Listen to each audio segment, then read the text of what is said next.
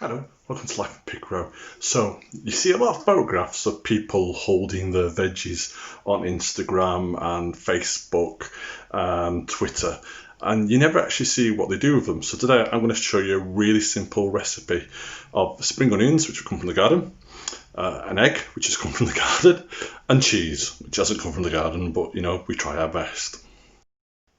Dun, dun, dun. So there's a spring onion, and we're going to chop that, and I'm going to show you what it looks like when it's chopped. So there you are, that's one chopped spring onion using a knife, and now I'm going to fry it in the pan. So there's a spring onion frying away, and it smells absolutely wonderful. So what else do we need? Well, here's our cheese, and there's our egg. Add the egg to the frying pan.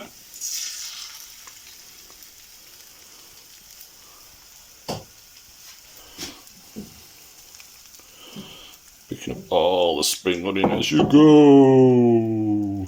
There you go. And start to add grated cheese. There you have one cheesy, bubbly spring onion omelette. How does it taste? Let's find out.